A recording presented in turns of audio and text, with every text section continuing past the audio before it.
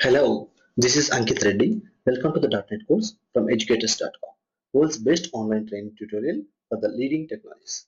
In this session, let's learn about functions in C#. What's a function called?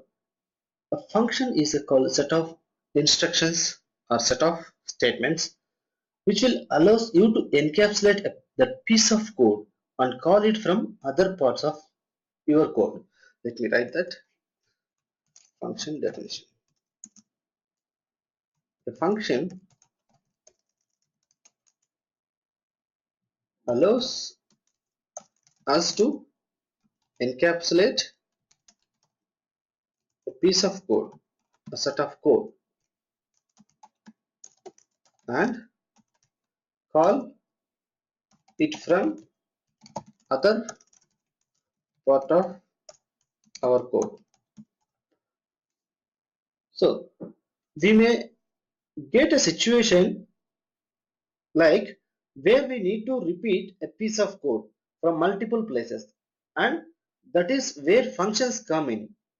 Instead of writing the same piece of code again and again, we'll be writing at one place and we'll give it as a name.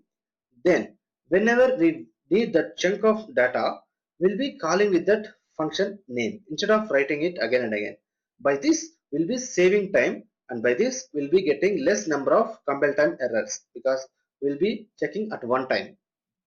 When you are writing again and again, you should be very careful that the syntax and you're declaring any variables, you should be keep in mind this, so that there are chances that you may get more compile time errors if you don't have functions in your code. So keep in mind that whenever we are writing a code, being a developer, code should be very crispy, very less number of lines should be there, so that the performance of your application will be very fast. Otherwise drastically it will be slow. Nobody will accept low performance of the application. Here let us write this syntax of this function: visibility and return type and name of the function, and then parenthesis open.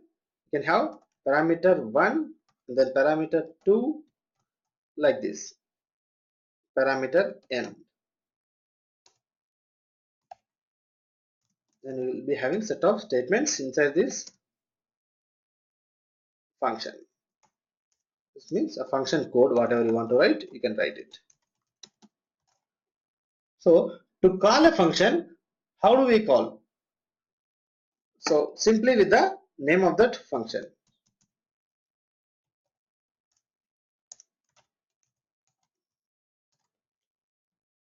So we created a function like this syntax, and how to call that function name with a function name you can call it as.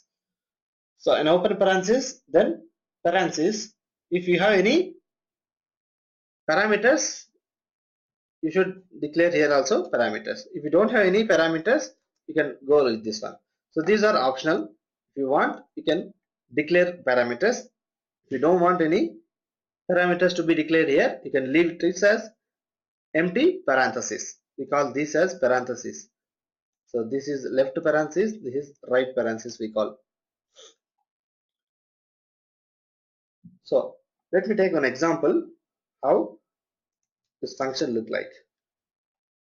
Before that, let me explain what is this. Parameters I told, right? Name is a function name. Return type means what your function is returning with this code. Sometimes we don't expect anything from the function. What we want is, we wanted to print something on a page or application on a web page. So that time we will be writing here as void. Remember that, void. Void means nothing returning anything from this function. I'll show you an example so we can understand this, what is this void. And visibility. Visibility is again a separate chapter we have to discuss about this access modifiers. We call it as access modifiers. So visibility in the sense to where this function can be accessible, from where you can access my function. By setting up this visibility, we can have some restrictions that we can discuss in great detail when we are discussing about access modifier session. As of now, we'll be providing some visibility, who can watch or who can access my function. Just remember that. So a normal function will look like this. Remember that a public is one of the access modifier. If you keep this public access modifier, you can access this function from anywhere from your program. Void means nothing getting returning from the function. Wish. So my function name is wish. So with wish somebody call, what I will do is I will print that hi, how are you, like this. Console dot write line. Inside this we'll be having double quotes, the strings. Good morning, like this. How to call this function? Same.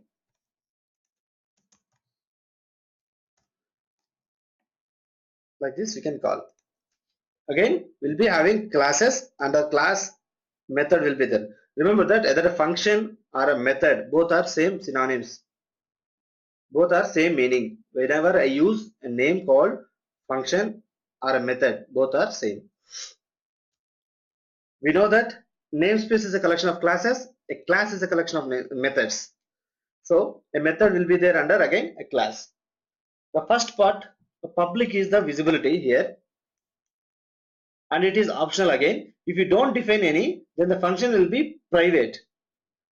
Again, I told, right, access modifiers class will be discussed more on these access modifiers. Public is one of the access modifier. If you don't mention this, by default it will take private. Definitely we'll discuss more about on these access modifiers in the coming sessions. So next is the type of return. It could be any valid type in C#. Return type. This means a type which we have. We have value types and reference types. Under that, many examples are there under value types and reference types. Any one you can use here, either int, string, class, interface, whatever it is, double, float, whatever it is, you can use here.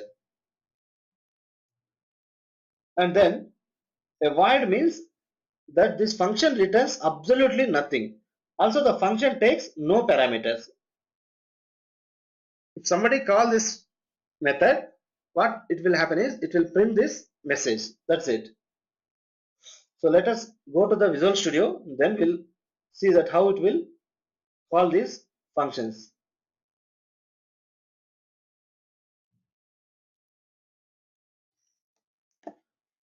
Let me open Visual Studio. Take this, and as we have already main method is there, I'm taking this another method.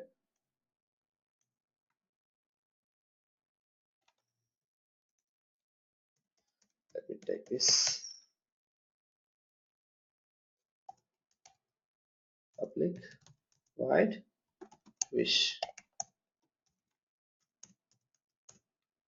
What I'm doing here, console dot write line.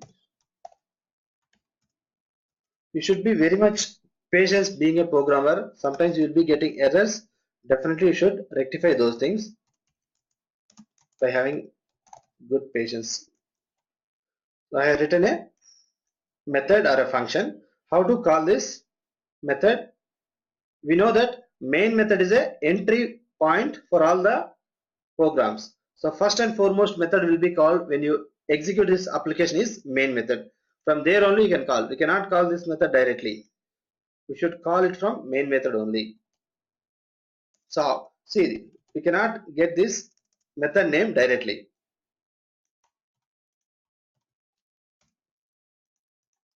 Let's compile it. How to compile? Build and build solution. That is a compile time. Build is started, build is failed. See what is telling. An object reference is required for non-static field, method or property. So we told that methods are under class. Class program contains one main method, one wish method. So in order to access this wish method, we should create an object for this class. Again, you do not worry about what is an object. In the coming classes, definitely we'll be discussing in great detail about classes.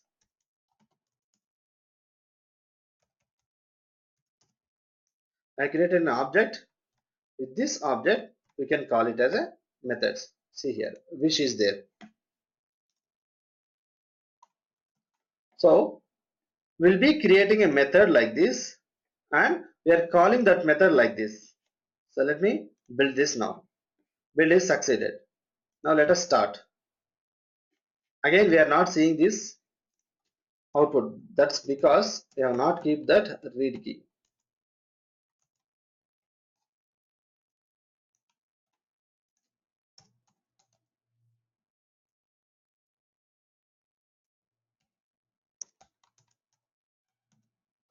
Read key. Now we'll see that output. Good morning. How it is getting? In the main method, we have not written anything, but we are getting this message from this wish method. Let me take you through the debugger. Line by line execution, always go with F10.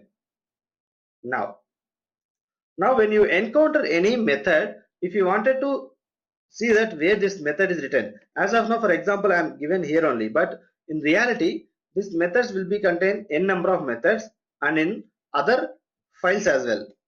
Here it is having only one file here, program.cs. Sometimes it may be there in another file also. We need to access it from. So we don't know that where it is written, the function definition. So that time you please go ahead with F11. So it will take you to the function or a method where it is written. Again F10.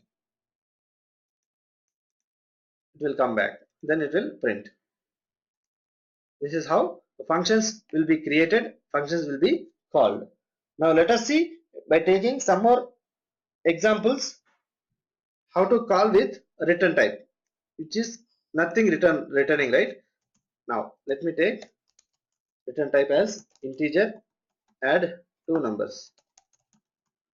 So to add two numbers, we'll need to have one number and other number, right? So that I'm taking two numbers. Here see, when you have mentioned apart from void, you'll be getting compile time error. Not all code paths return a value. So we should return that value. Return A plus B, so that we don't get error message here. What is happening here? If anybody give me two numbers, I will give to back that addition of two numbers. Let us see that. Obj dot will get this method again, add two numbers.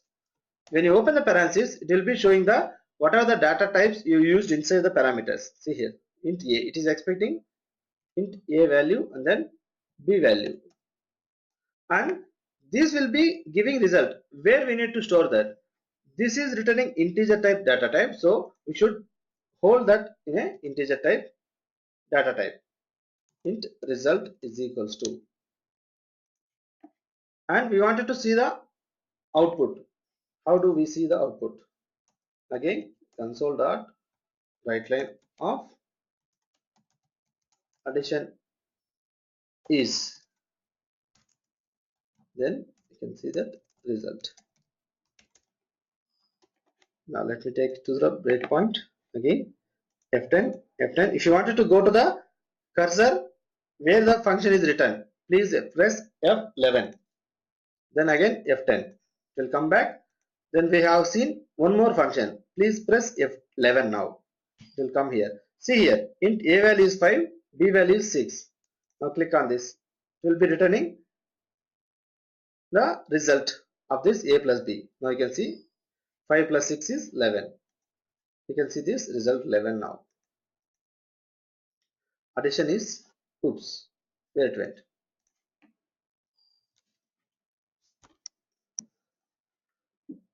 So we didn't see that output, 5 plus 6. Oh, what happening? Let us see that. I told you, right, we should have more patience when we are working on these programs. Result is 6. Yeah, I understood the problem. Addition is, we need to make it like this. We need to concatenate with the plus symbol. Now we can see the output. Addition is 11. Sometimes we are sending statically. If you wanted to send dynamically, you can send it always. Instead of passing this 5 and 6 statically, hard coding we call it as, you can pass it as by asking user console dot write line, enter first number. So user enter the first number, f number is equal to int dot parse of, why we are using int dot parse?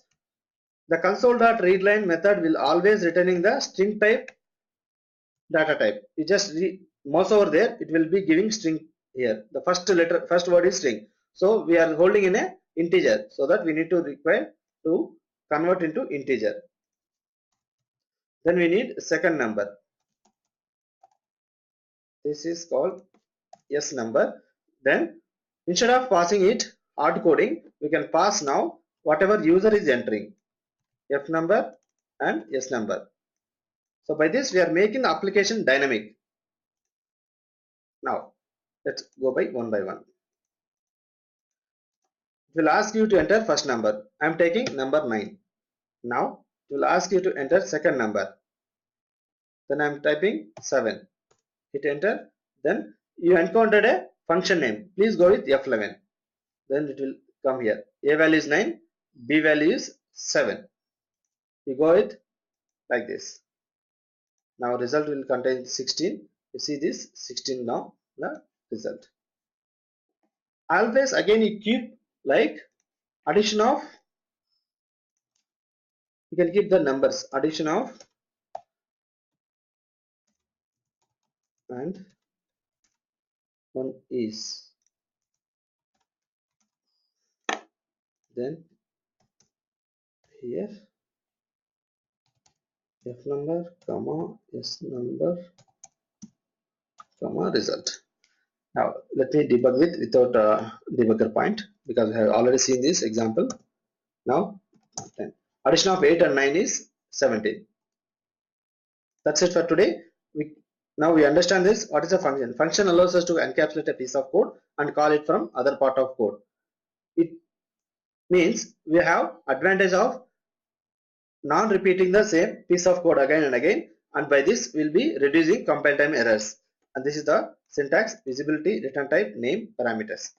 Void means nothing returning, and this is called access modifiers. By using these access modifiers, we can set that visibility, who can access and who cannot access. We'll discuss in great detail while we are discussing this access modifier session in the later coming up sessions. Thank you for watching it. We'll meet it again.